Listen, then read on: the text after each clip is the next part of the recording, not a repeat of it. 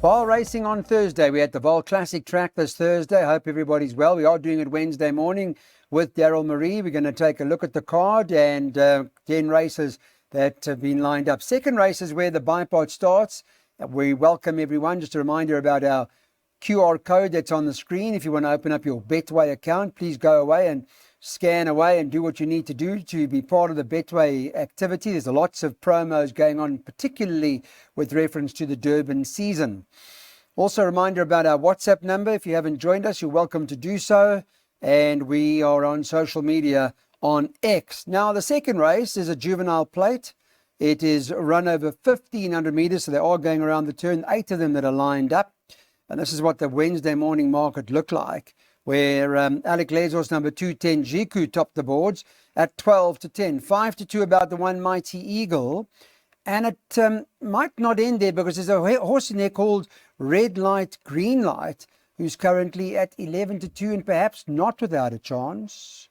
Mr. Marie? Morning, Clyde. Morning. Yeah, I think this favourite's a ludicrous price. Too short, 12-10.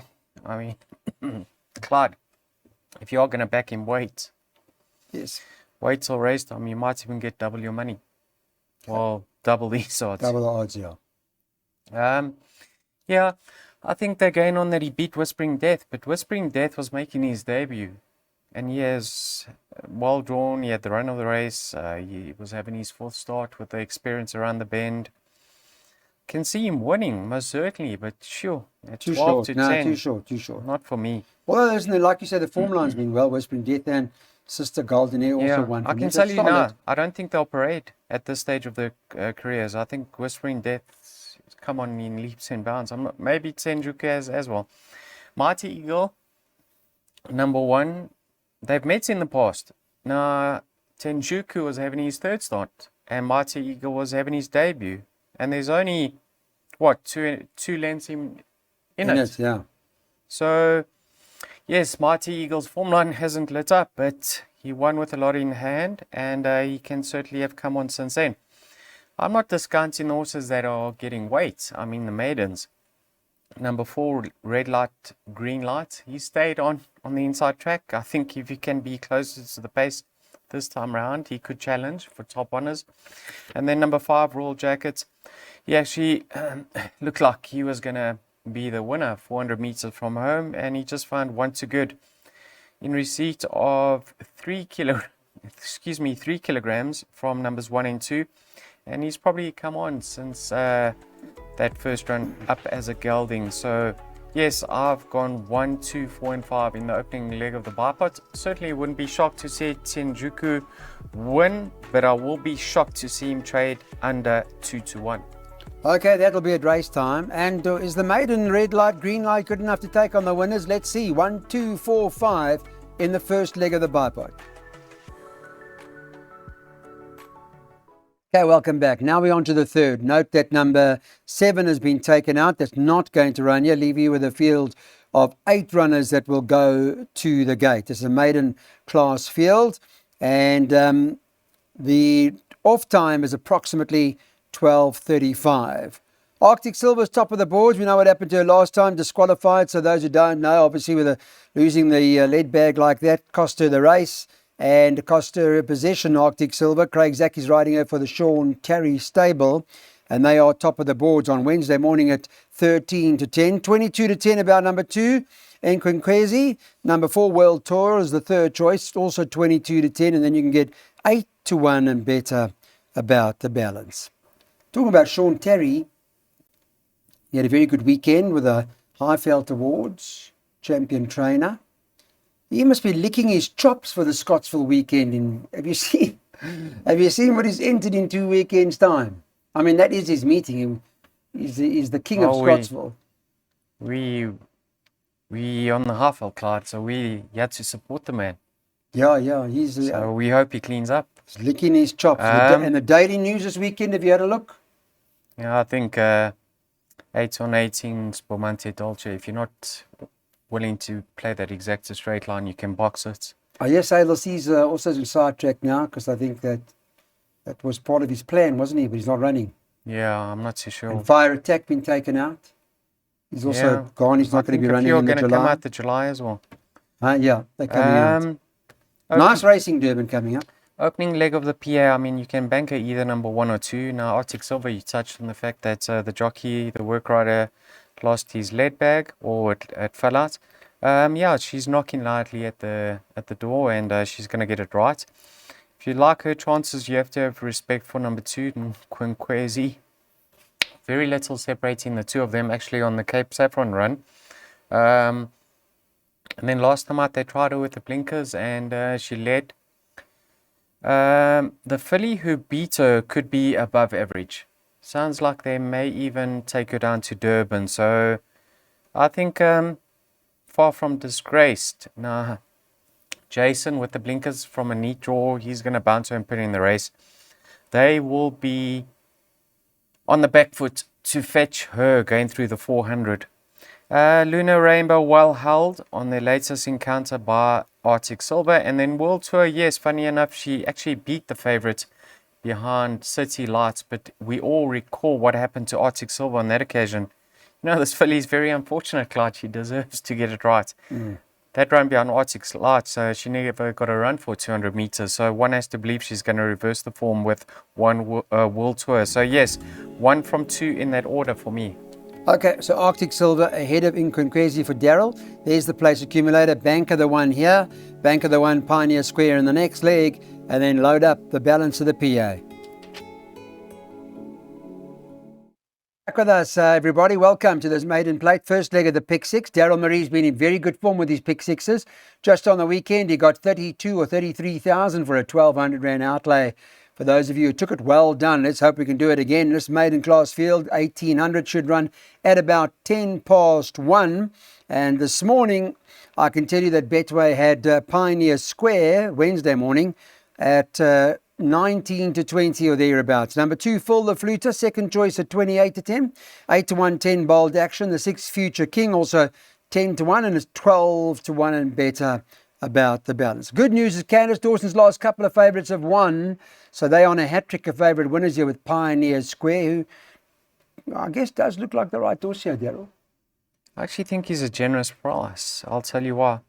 Last time out, when he got beat behind Grand Canaria, now he went to Scottsville on that occasion, but the pre-race comments were that he's not 100% fit. And if you won, it would be because of his ability. But the win on that occasion seemed like it was fancied. Who was that, Justin States or something? Yes. Now, in that race, listen to this, Clyde. In that race was a horse called T-Dog. Okay? Now, he beat T-Dog by 4 or 5 odd lengths. Then, go to Full the Fluter's run. Yep. His penultimate run, when he ran behind Danube, if I'm not mistaken. Who was ahead of him? T-Dog. T-Dog. A length or something. So if you're using T-Dog as a line horse, Pioneer Square should beat it by 6 odd lengths. Okay. So hence my thoughts that he's actually a generous price currently. And there's nothing else, is there? Yeah, Robin's stable has come to form and he's having his peak run. So I think he can challenge for second honours over here. But strictly on paper, I think Pioneer Square is the right one. And then you got Bold Action, the 2-year-old. Got next to nothing to carry. I mean, 51.5. And she's now stepping up to a distance where she's run her best race, or more or less her best race over. That was in her penultimate start when she ran second behind Ideal Summer. That was over the 1700 at the Vaal 2. So yes, I think with that sort of weight to shoulder, she is a trifecta and quartet's inclusion. But yes, as you can see with my perm on screen, bank number 1, Pioneer Square, in the opening leg of the pick 6. Okay, let's hope we can get this pick 6 home again, like on the weekend, where they got 30 times their money. This one will, though, cost you 1,872. Okay, so the starting stalls have been parked at the 2,400 metre mark for race number 5, which is the first leg of the jackpot. Wednesday morning, 10 of them going to the gate. Fortunately, well, hopefully that'll stay that way and no major changes. Early look at the betting. I can tell you 4 to 1 the field on Wednesday morning, one of them being the 4 Nuclear Force. 5 Stop the Traffic traded 9-2. 5-1 about number 3 Blurred Vision. And number 6 Ala Kanini is currently priced up at 11-2. 7-1 about 7 The Merciful. 10 Rainy Season, also 7-1. And 2 Flag Bearer, 8-1. 10s and better about the balance. Not a pretty race. Not, right? I hope I get through this leg. Yeah. Now, I opened the book, Clyde, and I said I'm going to blast the Cartagena form line completely. But I ended up including 2 of them, Blurred Vision and Stop the Traffic. Now, I had a look at the replay, and I thought Blurred Vision was staying on the best of all out of that lot. And he's been stepped up to 2,400. So, hence, me including him. His form without the blinkers hasn't been the worst. So, yeah, and he's very fit. Then Stop the Traffic. You know, it was a 4 kg claiming apprentice on him last time out. I think with Craig Zaki aboard, he's going to get a lot more assistance from the saddle. So I know there's a turnaround at the weights, but I wouldn't read too much into that because Craig Zaki, at the moment, he's the leading rider in the country. So, yes, he's gone in. Then you've got number 2 over here, Flag Bearer. Now, funny enough, if you go back a few runs behind, I think it's Romeo's Magic. He actually holds a favorite, Nuclear Force. And he's better off at the weights too, I think by 2 kilograms. But now he's got a 4 kg claiming apprentice aboard. And we've seen in the past that he's not one to rely on. But on his best form, I think he can be a factor here. And then Nuclear Force Gavin reunites with Erico, and he's been thereabouts to date. He should run his race. What you see is what you get with him. So, yeah, it's not an easy race. And like I said, if I get through this leg, I'll certainly be appreciative. Yep. Okay. Well, let's see how it goes. Daryl's jackpot 2, 3, 4, and 5 are the selective few, but we're not ruling out a major upset. Okay, we're on to race number 6. Handicap 66 level. So E division type race going 1,600 metres. So we'll go around the turn because it is the Vaal Classic track and take out number 8.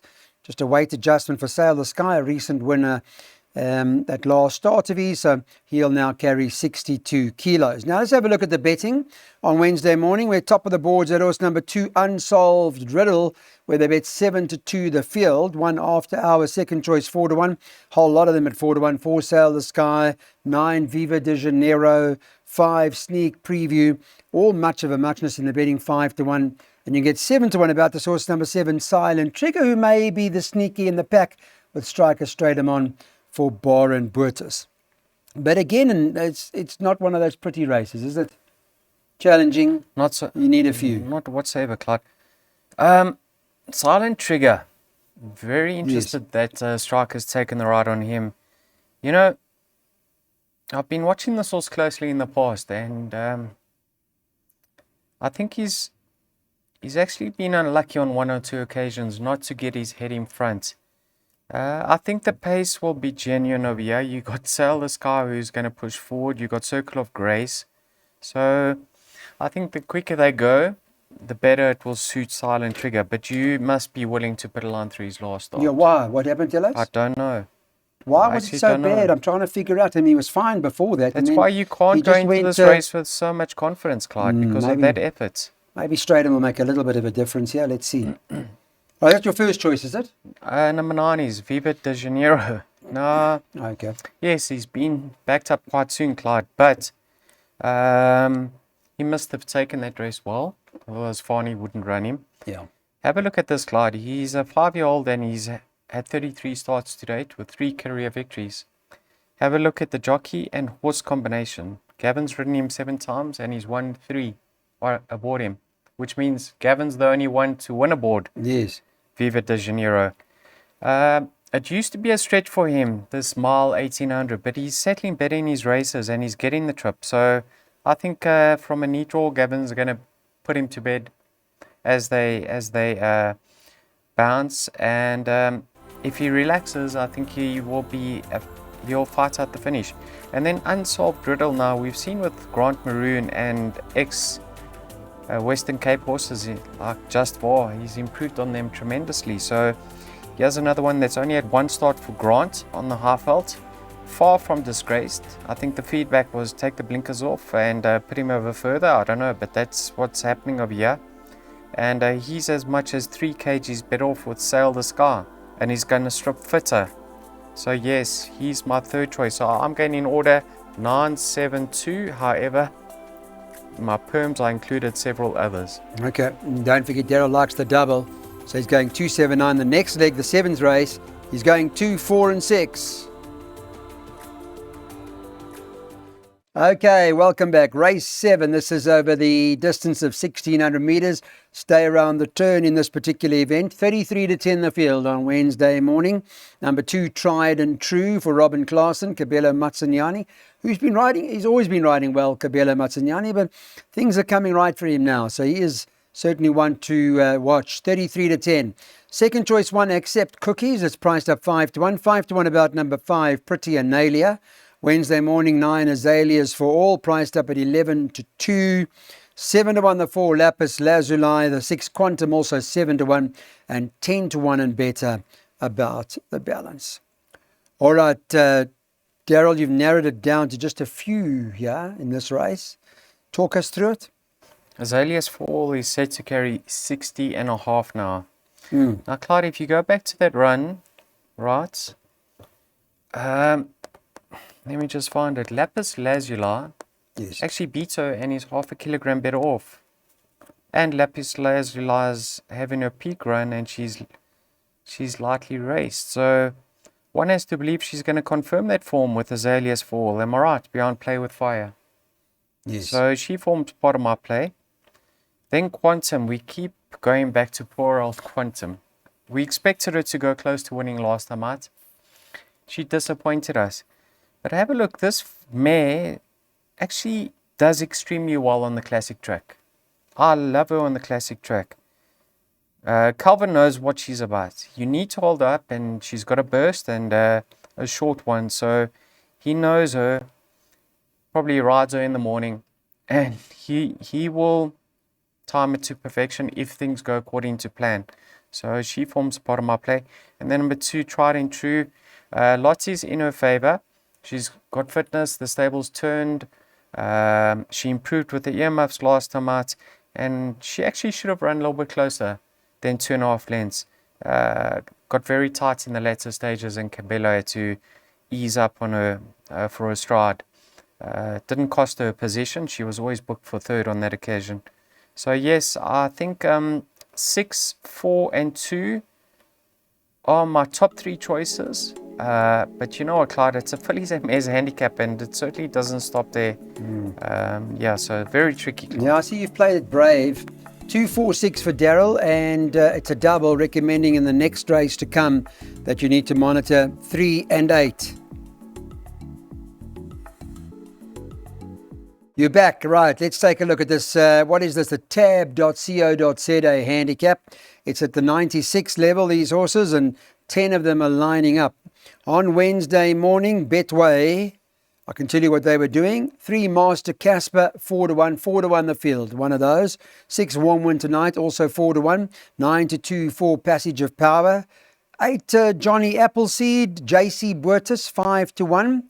7 to 1 about the one Chieftain. And then you got Sorcerer Supreme, number 2, who's currently 8 to 1. Also 8 to 1 about 7, Richard the First, 10s and better the balance. I like this JC Buertis kid. I like him a lot, actually. I hope you don't poison him this race. I like him a Because lot. I like him too. You, Johnny Appleseed. Yeah, you know, your No, I'm form's talking not about great, Clyde. JC Buertis is very, I think he's a very talented rider. Yeah, what I Taking like, 4 off his back, isn't he? you know, I think he won that 400-meter dash at Greyville. If he gets this horse out and he pings the gate, Clyde, with 53 to shoulder, he's going to prove very hard to pick back. This horse has always had a reputation from day one. He came to the track and Tony and Paul said he's a decent sort and he's going to win his races. But Clyde, he's way, way better than his last 2 starts.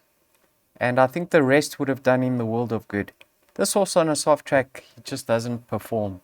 The going's hard now. We've had no rain up on the Highveld. So I don't think he needs to be 100% fit, to be quite frank. I think he's got ability. So it's a jump and go. And if JC can get him out and make use of that weight, I think he's gonna certainly improve in his last 2 starts.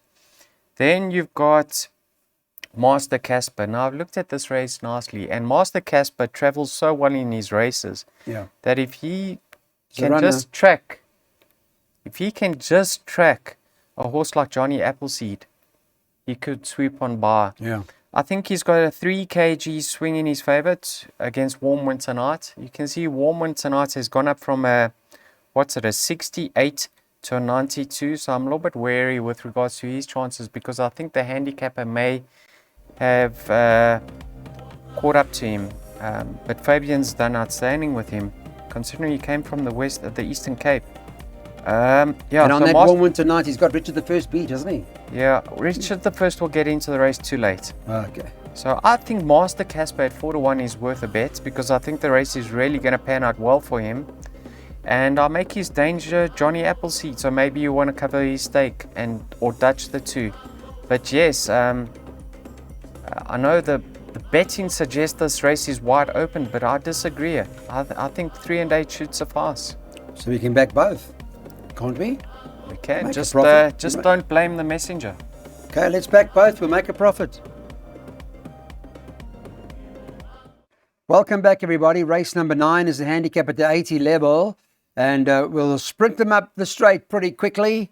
Over 1,000 meters, take out the 8. The Navy Lark's not running, so there are 12 of them on Wednesday morning that are meant to go to the gate. Market, Betway's market, 4-5 to 1 the field. Open race, 6 Hemisphere tops the boards at 9 to 2. 3 Its Personal second choice, 5 to 1. 5 to 1, number 6 Tiger Storm. 10 Phantom Express, 5 to 1. 8 to 1, 7 Kinshan Shah. 11 Rafa Boy, first time for the Peter Stable, 8 to 1. And number 9 and Kunda Gold, I think it's 10 to 1. Yeah, 10's and better about the balance. Sure. I now understand why Daryl went field, if you hopefully still running, in the pick 6. Yeah. Not Field and easy. more in a lineup like this, Clyde. Yeah. Now, I've just suggested a swinger box with my place accumulator horses, because that's how tricky I find this race. My PA horses were 4, 6 and 11. Let's start with Kawalami. I think he's towards the bottom of the boards. Yeah, it's 25 to 1 there also. Yeah, I was happy with his comeback effort in his penultimate start. And then last time out on a softish track, he failed to deliver. He came out slow and he was never in contention. He's having his peak run and his rating continues to drop. So it's down to an 80 and the blinkers go back on him. I mean, if that helps him get into the race this time around, Clyde, or show a little bit of pace, think of for 80, you might be surprised. You might see him finishing the money. Okay. Hemisphere, you can see he holds Kawalami quite comfortably. He's having his peak run and he's actually very lightly raced. And he was far from disgraced in his post-maiden effort, because I actually think he improved. He didn't beat the strongest of lineups on his return in his penultimate start, and last time out was a really decent effort on his behalf. Well, for 80, I think he's more than capable, so it's probably going to go very, very close. And then you got to have a look at number 11, Rafa Boy. We've said it time and time again, and stats don't lie, Clyde.